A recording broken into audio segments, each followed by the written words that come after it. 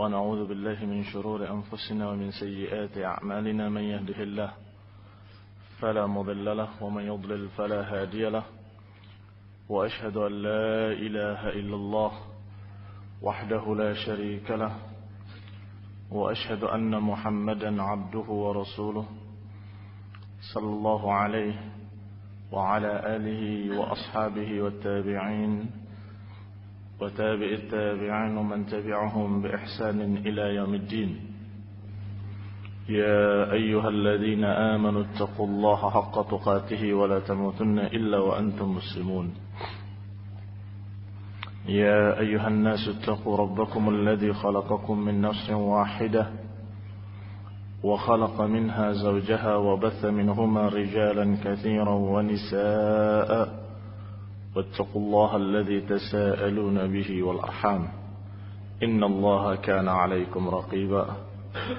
يا أيها الذين آمنوا اتقوا الله وقولوا قولا سديدا يصلح لكم أعمالكم ويغفر لكم ذنوبكم، ومن يطع الله ورسوله فقد فاز فوزا عظيما.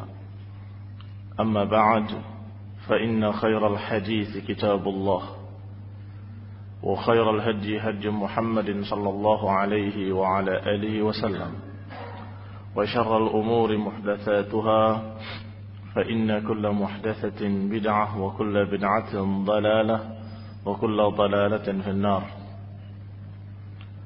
Ikhwani fillah, a'azakumullah, kaum muslimin yang saya hormati, Allah Subhanahu wa ta'ala menciptakan kita di dunia adalah untuk satu perintah, yaitu perintah ibadah. Kama qala ta'ala, wa ma khalaqtul jinna wal insa illa liya'budun. Tidaklah aku ciptakan jin dan manusia kecuali untuk beribadah kepadaku.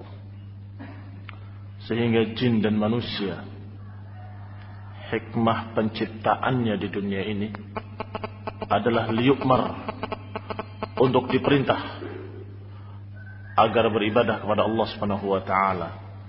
Sebagaimana dikatakan oleh Ali bin Abi Thalib, makna illa liya'budun adalah liyukmar beribadah, untuk diperintahkan agar beribadah. Sehingga misi yang paling utama di dunia ini adalah ibadah. Segala sesuatu yang berkaitan dengan dunia adalah dalam rangka beribadah kepada Allah Subhanahu wa taala. Sehingga pertanyaan orang yang sering menjadi lingkaran setan itu bisa terjawab. Ya. Makan untuk hidup, apa hidup untuk makan? Manusia-manusia yang tidak mengenal ayat tadi nggak bisa menjawab, karena dia berupaya untuk cari ma'isyah, cari keuntungan dunia untuk dia hidup. Ketika dia sudah bisa hidup, makan cukup, segala cukup, apa dunia yang kamu dapatkan untuk apa? Ya, supaya saya sehat, supaya saya hidup. Lah hidupnya untuk apa? Untuk berjuang cari ma'isyah. Balik lagi, ma'isyahnya untuk apa? Untuk hidup. Hidupnya untuk apa? Untuk cari ma'isyah. Terus begitu. Jadi lingkaran setan, nggak selesai-selesai. Ya. Makan hidup untuk hidup, hidupnya untuk makan. Makannya untuk hidup, hidupnya untuk makan. Nggak bisa menjawab. Untuk apa hidup ini? Tetapi ketika mendengarkan ayat Allah Subhanahu wa taala, wa ma khalaqtul jinna wal insa illa liya'budun, maka terjawab dengan jelas sekali. Kita berusaha untuk hidup adalah hidupnya untuk ibadah. Sehingga sekedar masalah dunia ini adalah agar kita bisa hidup dan bisa beribadah. Wala tansa nasibaka minad dunya. Jangan lupa nasib kamu dari dunia. Tapi perintah utamanya adalah wabtagi fima ataakallahu daral akhirah. Carilah dengan apa-apa yang Allah berikan kepadamu, cari darul akhirah. Ini perintah utamanya. Al-azimah. Adapun dunia, supaya kamu bisa ibadah kamu sempurna. supaya bisa kamu beribadah dengan baik, maka kamu perlu, jangan lupa, la tansa nasibaka minad dunya. Sehingga tentunya dua perkara ini tidak bisa dibandingkan. Perkara akhirat, ibadah, dengan perkara-perkara yang sifatnya duniawiyah. Sama sekali nggak bisa dibandingkan. Digambarkan tentang dunia ini betapa rendahnya. Kadang digambarkan dengan la tusawi janaha ba'udah. Dunia ini enggak senilai dengan sayap nyamuk. Dengan sayap nyamuk saja enggak ada nilainya. Kadang-kadang disebutkan lebih ngeri lagi. Ad-dunya jifah wa talibuha kilab. Dunia ini bangkai, dan yang mengejar-ngejar dunia ini adalah anjing-anjing. Kadang-kadang juga digambarkan dunia dengan penipuannya. Ad-dunya khulwatun khadirah. Dunia ini adalah sesuatu yang hijau dan indah. Tapi diakhiri dengan kalimat wattaqud dunya wattaqun nisa. Hati-hati dari dunia dan hati-hati dari perempuan-perempuan dunia. Fa inna ma ahlaka man qablakum. Karena sungguhnya telah membinasakan Bani Israel, para wanita. Setelah digambarkan bahwa dunia ini hijau dan indah, disebutkan dengan kalimat wattaqud dunya, hati-hati dengan dunia. Ini berarti ikhwan fillah azakumullah bahwa ahlu sunnah wal jamaah itu tengah-tengah. Di antara prinsipnya sufi dengan prinsipnya para materialis. Kaum sufi seakan-akan melupakan dunia sama sekali. Dan mereka melatih anak buahnya untuk melupakan dunia. Bagaimana caranya? Dengan mereka mengajarkan rahbaniyah. Warrahbaniyatan ibtada'uha ma katabnaha alaihim.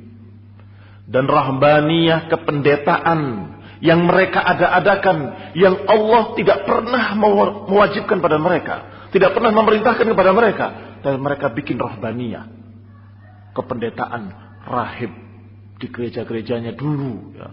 Bukan rahib sekarang yang ahlu dunia. Kalau dulu tidak keluar dari rahibnya, dari tempatnya, tidak keluar, tidak menikah, tidak makan daging, ya. Itu rahbaniyah. Yang kedua jenis siyahah, mengembara dan tidak pernah dia berpikir apa yang akan dimakan, apa yang nggak pernah. Ibadah dan ibadah, zikir dan dakwah, sudah. Makan sejadinya, walaupun mereka makan daun-daun di jalan-jalan. Ini juga jenis lagi sufi, melupakan dunia, dan ini bukan terpuji, yang demikian.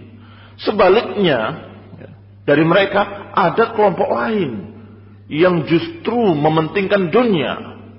Golongan-golongan ahlu dunia, golongan-golongan kilab, yang mengejar-ngejar bangkai, yang mereka mengalahkan ayat Al-Quran dan hadis dengan dunia. Dengan harta dunia, dia berani menghalalkan yang haram dan mengharamkan yang halal. Ad-dunya, ad-dunya, ad-dunya. Melek mata sampai merem lagi seharian dunia yang dipikirkan. Tetapi ahli sunnah wal jamaah memiliki misi prinsip yang jelas, bahwa kami di dunia untuk ibadah. Kami diberi oleh Allah kesempatan hidup di dunia ini adalah liya'budun, untuk beribadah. Tetapi karena masalah hidup di dunia ini kita butuh sesuatu, maka dipuji orang yang makan min kasbiyadih, makan dari usaha tangannya sendiri. Itu terpuji daripada yang minta-minta. Maka tentunya mereka bukan orang-orang yang malas dalam mencari ma'isyah. Tetapi mencari ma'isyah tidak mengalahkan talabul ilmi dan tidak mengalahkan ibadah. Kalau ada sesuatu yang mengalahkan ibadah atau menghalangi talabul ilm, dia tinggalkan, cari ma'isyah yang lain, walaupun pas-pasan.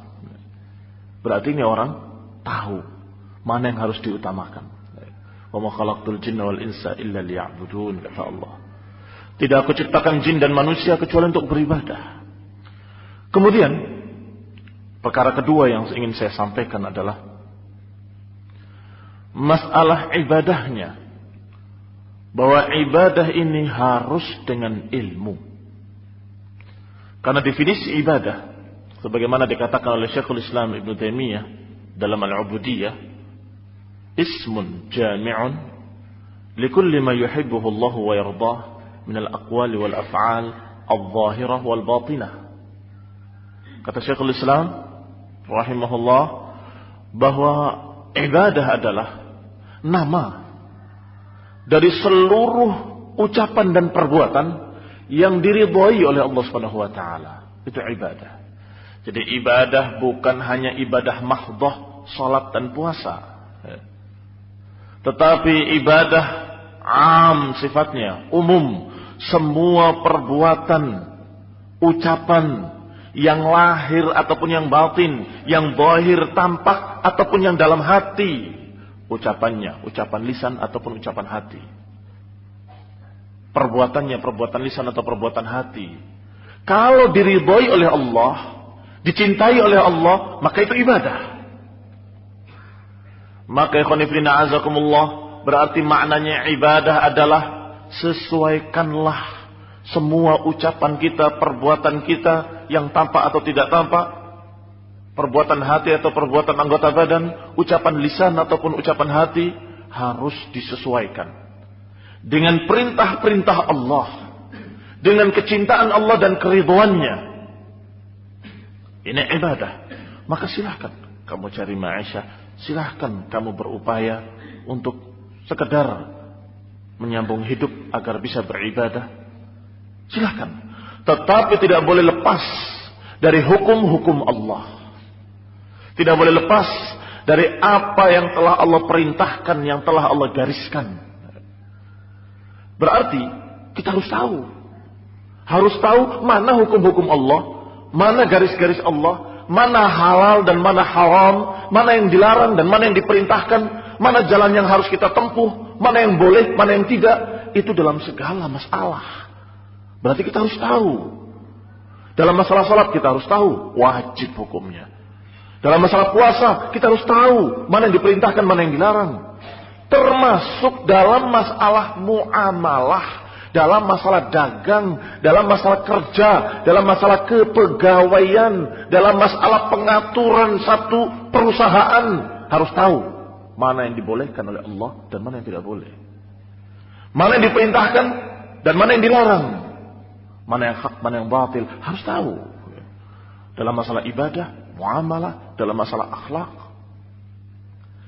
Kalimat harus tahu berarti harus berilmu. Harus berilmu. Ibnu Qayyim mengatakan bahwa lingkup ibadah 15 ada 15 lingkupan katanya. Jadi kalau dikatakan ibadah itu adalah ismun jami'un likulli ma yuhibbuhu Allah wa yardah min al-aqwali wal af'al adh-dhahira wal batinah, maka lingkupnya ada 15. Kenapa 15? Kata Ibnu Qayyim, karena ibadah itu dilakukan dengan 3. Ibadah itu dilakukan dengan lisan, ibadah itu dilakukan dengan hati, dan ibadah itu dilakukan dengan anggota badan. Dan setiap masing-masing dari 3 ibadah ini ada 5 hukum pada lisan, pada mulut-mulut kita. Ada 5 hukum. Ada yang wajib kita ucapkan seperti ikrar syahadatain. Ada yang wajib kita ucapkan seperti ucapan-ucapan yang wajib, ikrar-ikrar yang wajib seperti ucapan-ucapan dalam salat. Ada ucapan-ucapan yang haram, ucapan syirik, ucapan kufur, ucapan dusta, saksi palsu.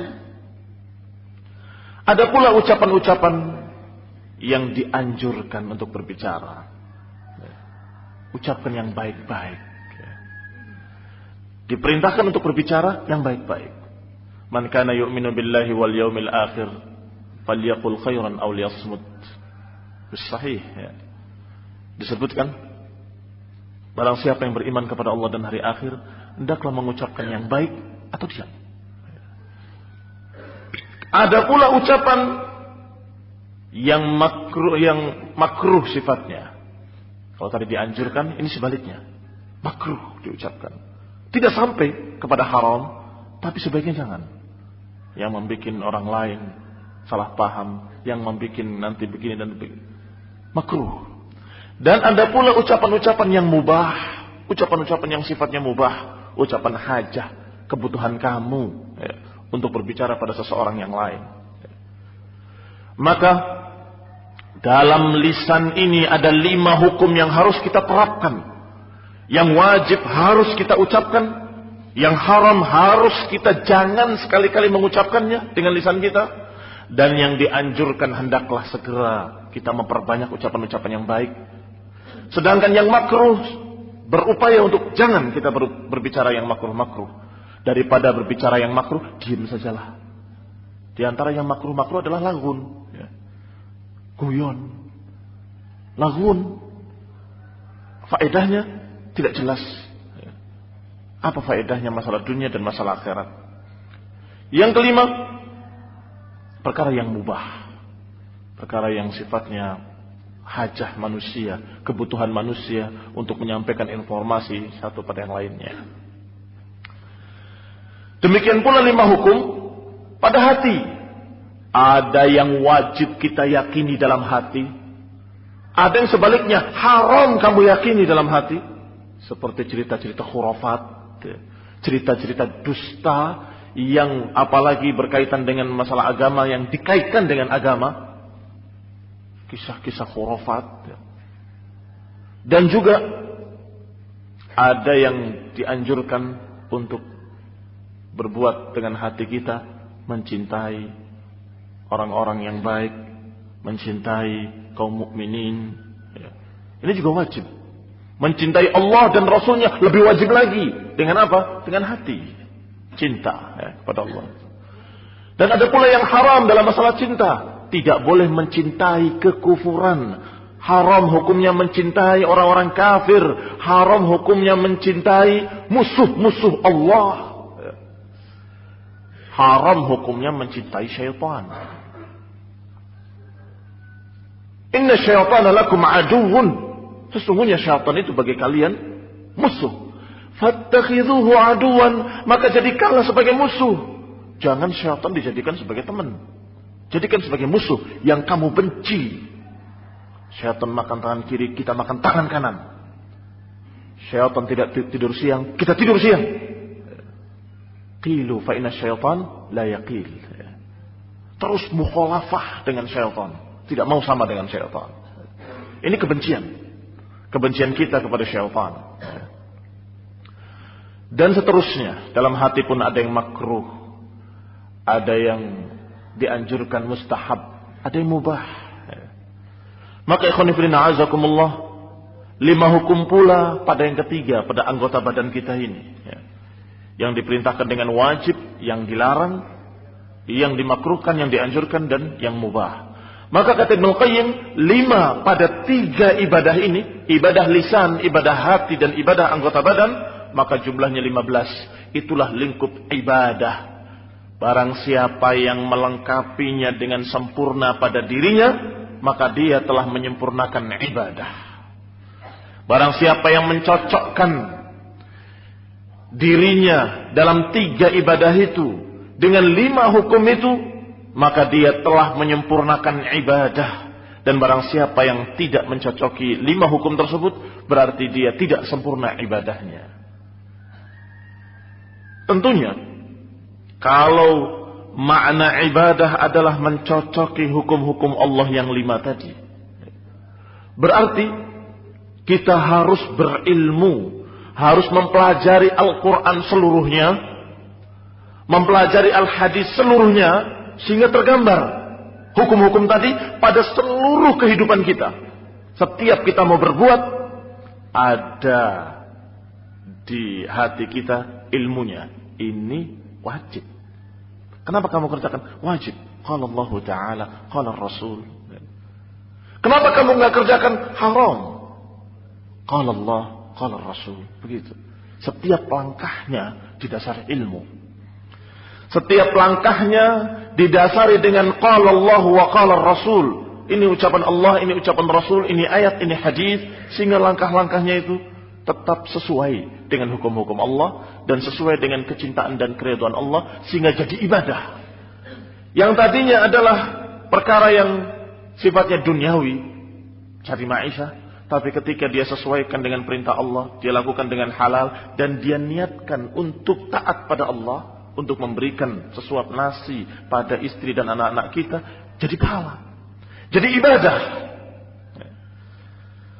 Maka Allah subhanahu wa ta'ala memuji orang-orang yang berilmu.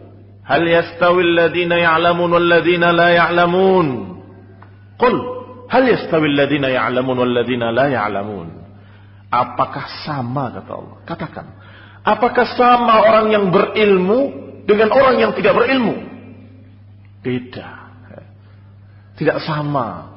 Kalimat hal yastawi bukan pertanyaan untuk dijawab, tapi pernyataan.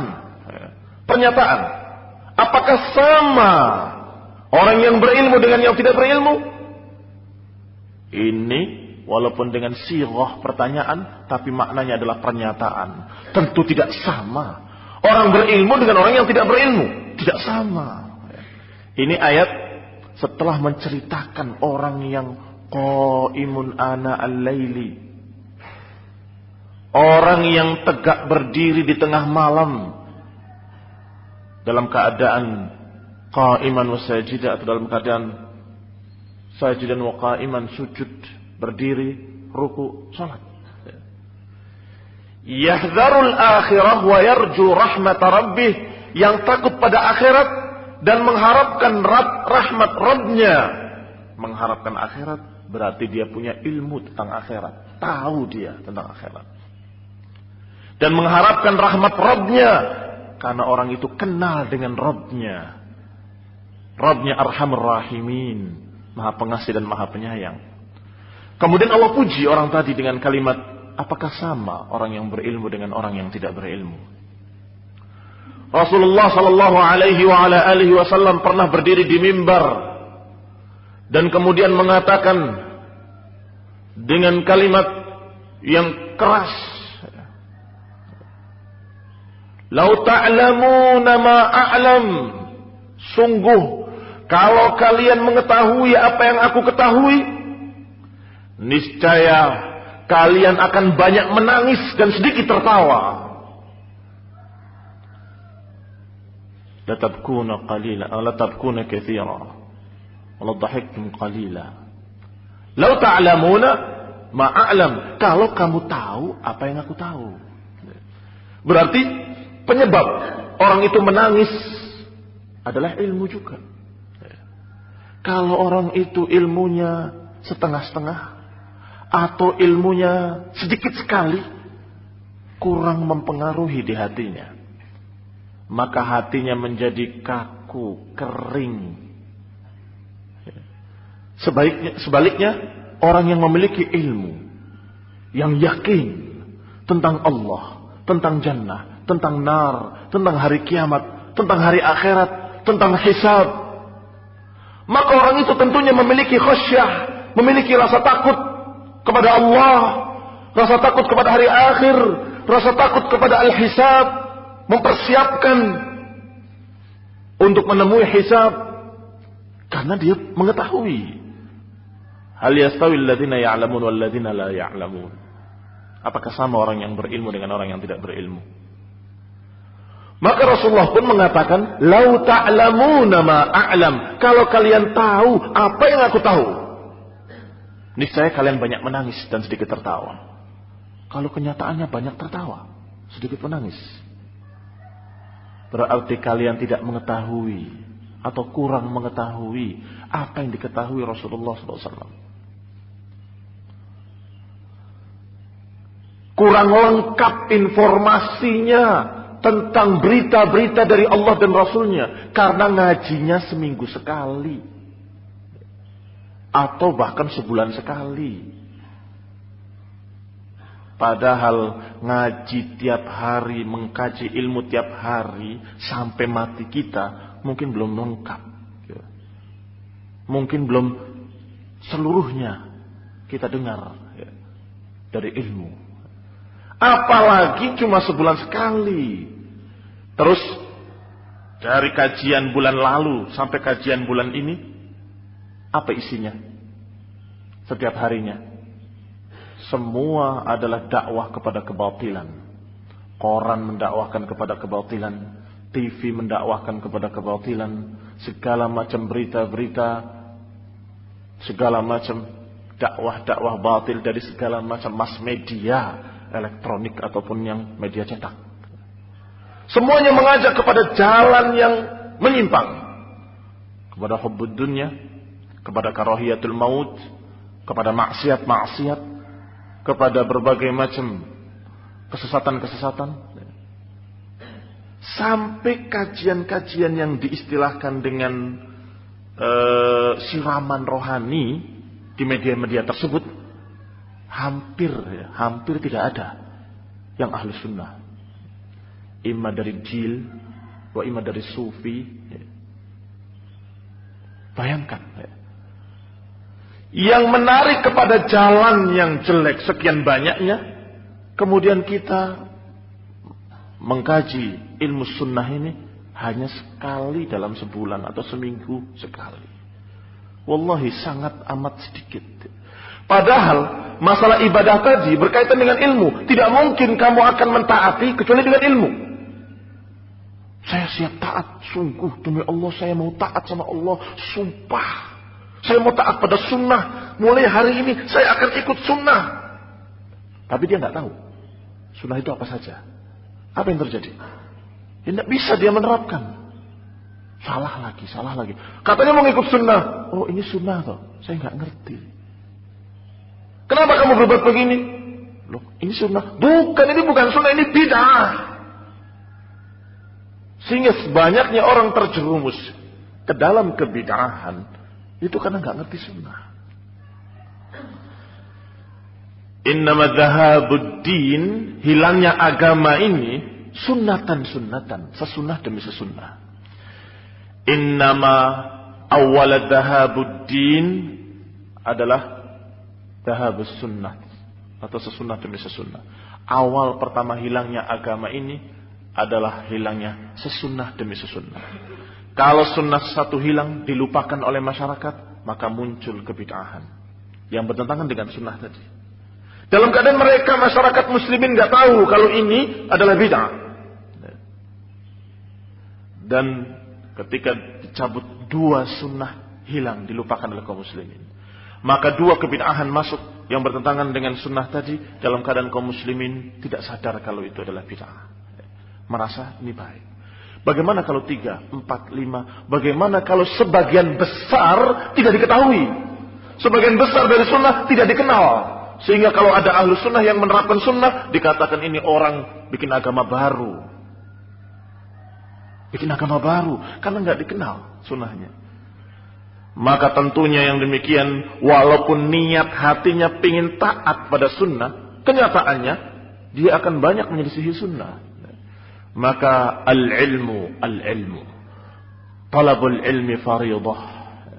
Mencari ilmu ini harus wajib. Karena wajibnya beribadah dengan benar, maka wajib pula untuk mengetahui cara ibadah itu. Fas'alu ahla dzikri in kuntum la ta'lamun. Tanyalah kepada ahlul dzikri. Kata para ulama, ahlul ilmi. Ahlul dzikri itu bukan majlis zikirnya sufi, bukan. Ahlul dzikri adalah orang yang memiliki peringatan, orang yang memiliki ilmu. Fas'alu ahla dzikri in kuntum la ta'lamun. Tanyakan kepada ulama, tanyakan kepada orang yang berilmu kalau kamu tidak tahu.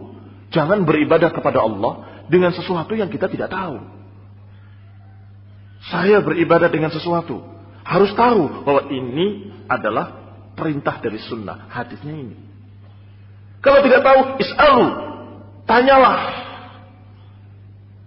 Tanyalah kepada orang yang berilmu, apakah ada dalilnya, apakah ada riwayatnya, apakah ada contohnya dari kalangan salaf. Maka ikhwan fillah azakumullah, orang-orang yang akan semangat beribadah adalah orang yang berilmu. Orang-orang yang benar ibadahnya juga orang berilmu. Kenapa kok dikatakan orang-orang yang semangat ibadahnya orang berilmu? Karena orang-orang yang berilmu akan yakin terhadap berita-berita itu. Seperti kita kalau sudah dapat satu informasi, tapi informasi itu meragukan. Bagaimana? Apakah kita semangat untuk mengerjakan sesuatu yang berkaitan dengan informasi itu? Tidak. Belum tentu benar kok beritanya. Tiba-tiba 2 orang menyampaikan. Loh, ini kelihatannya benar. 3 orang menyampaikan. Wah, ini benar sekali. 4 orang yang menyampaikan. Bahkan sekian banyak orang menyampaikan. Maka dia yakin ini benar berita ini. Maka dia semangat. Demikian pula mereka-mereka yang punya ilmunya sedikit. Dia masih imannya juga segitu. Tetapi semakin dia mempelajari, semakin dia mempelajari, semakin dia mempelajari, semakin yakin, semakin yakin, semakin yakin. Semakin dia membaca ayatnya, semakin dia membaca beritanya dari Al-Quran, semakin dia membaca hadis-hadis sahih, semakin yakin, semakin yakin, semakin yakin. Ketika yakin betul-betul terhadap akhirat, mesti dia akan semangat untuk mengamalkan untuk hari esok, untuk hari akhirat. Semangat beribadah, otomatis. Tapi yang tidak demikian, yang tidak berilmu, gak pernah ngaji, hanya Islam dari keturunannya saja, nanti akan muncul ucapan seperti ucapan seseorang yang mengatakan kepada ahlu sunnah yang sedang semangat, kamu itu jangan terlalu semangat beribadah. Kalau sampai nanti akhirat itu ternyata tidak ada, kamu rugi. Na'udzubillah. Terang-terangan dia bilang begitu. Dan itu dia anggap sebagai nasihat untuk orang-orang yang sedang semangat beribadah. Nanti kalau ternyata akhirat, surga, neraka itu tidak ada, kamu rugi. Sekedarnya sajalah. Jadi kalau ada akhirat, kamu sudah sholat. Kalau nggak ada pun, kamu sudah menikmati dunia. Apa ini? Ucapan muslim atau ucapan kafir? Wallahi ini ucapan kafir. Saya berani mengatakan kafir. Kenapa? Karena meragukan akhirat.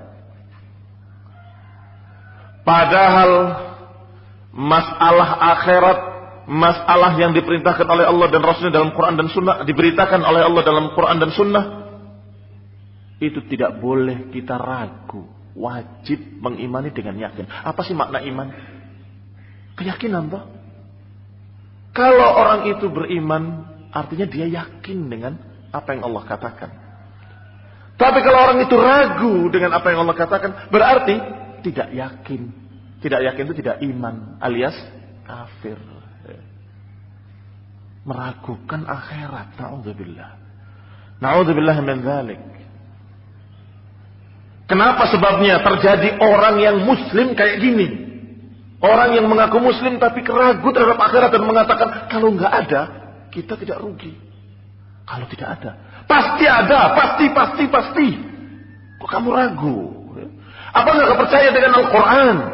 Apakah kamu nggak percaya dengan hadis yang sahih?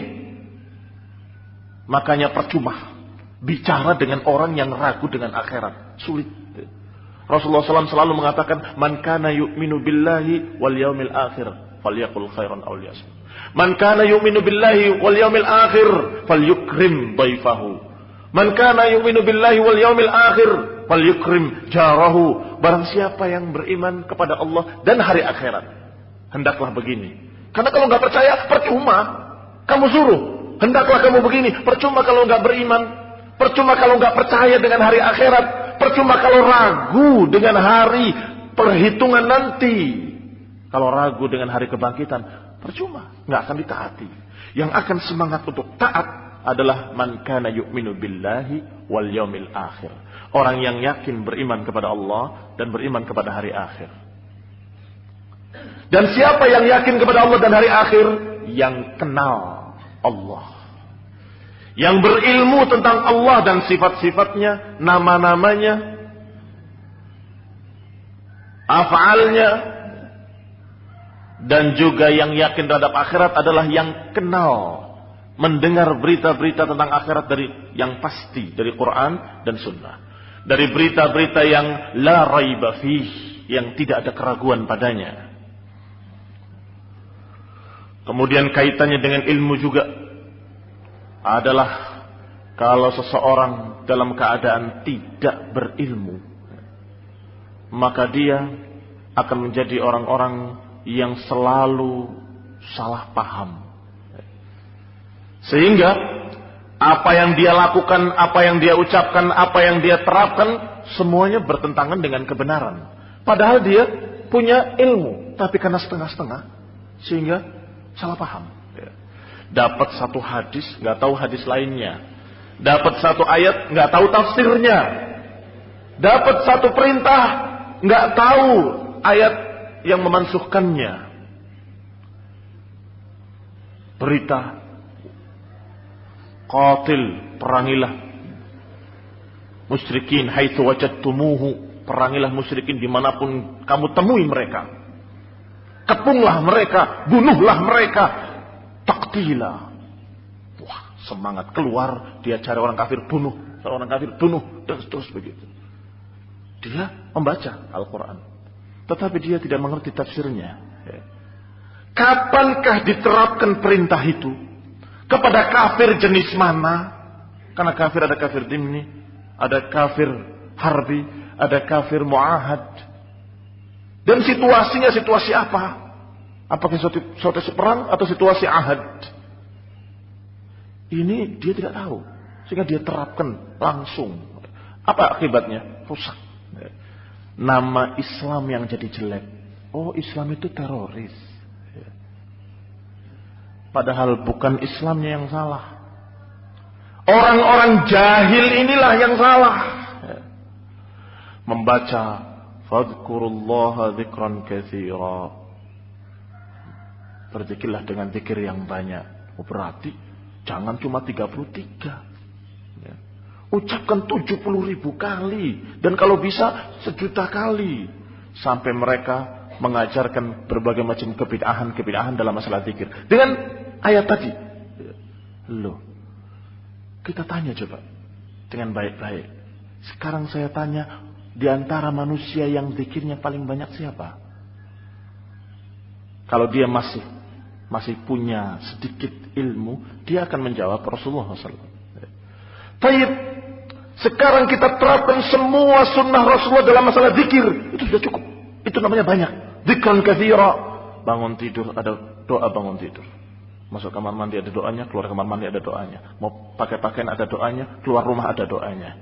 Naik kendaraan ada doanya, kemudian terus begitu. Dan doa pagi ada, doa sore ada. Kamu terapkan seluruhnya, niscaya kamu nggak akan sanggup untuk menerapkan seluruhnya. Tapi ini belum diterapkan seluruhnya, sudah bikin-bikin baru. Yang penting banyak. Ini juga sama, ya. Karena jahil. Hal yastawil ladzina ya'lamun wal ladzina la ya'lamun. Apakah sama orang berilmu dengan orang yang tidak berilmu? Tidak sama. Akibatnya mereka kemudian melatih diri supaya bisa banyak zikirnya. Melatih diri untuk satu napas sekian kali la ilaha illallah.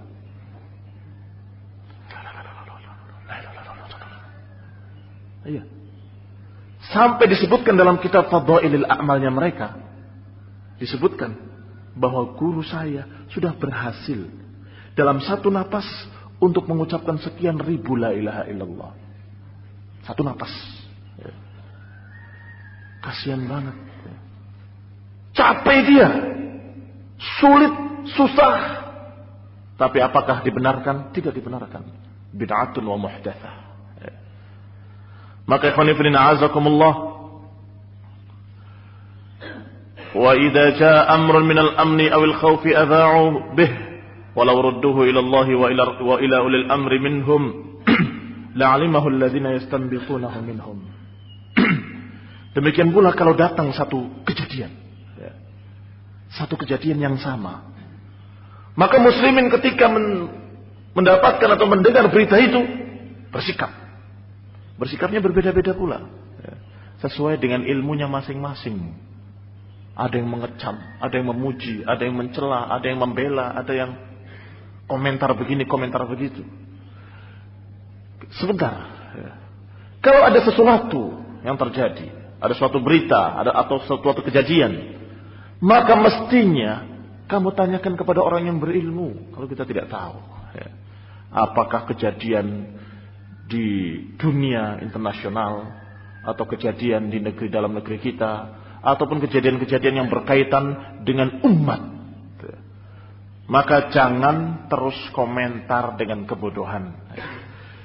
Wa idza ja'ahum amrun minal amni awil khaufi, kalau datang kepada mereka satu perkara, apakah berupa keamanan atau ketakutan. Ini beritanya apakah berita keamanan? Berita aman. Setelah keluar celaka, ternyata nggak aman. Karena percaya dengan berita tadi. Ada yang sebaliknya, khauf, akan begini. Stabilitas nasional goncang. Kaum muslimin semua gelisah karena ada berita tadi. Kenapa tidak ditanyakan kepada orang yang berilmu? Idza ja'ahum amrun minal amni awil khawfi, kalau datang pada mereka satu amr, satu perintah, satu perkara, apakah berita keamanan atau berita ketakutan, mereka orang-orang yang tidak punya ilmunya langsung memberitakannya kesana kemari, ikut membantu tersiarnya berita tadi dalam keadaan belum tentu benarnya. Walau rudduhu ila rasul, kalau saja mereka itu mengembalikannya kepada Rasul atau kepada ulil amri, dua-duanya. Ulil amri dari sisi agama yaitu ulama, ulil amri dari sisi dunia adalah penguasa. Kalau kita kembalikan kepada penguasa, kepada ulama, la'alimahu alladhina yastanbitunahu minhum, tentu akan diketahui bagaimana mengambil pelajaran dari berita itu, bagaimana mengambil faidah dari berita itu. Walaula fadlullahi alaikum wa rahmatuhu lattaba'tumus syaitan illa qalila, kalau saja tidak karena fadilah dari Allah, niscaya kalian akan mengikuti syaitan, kecuali sedikit saja.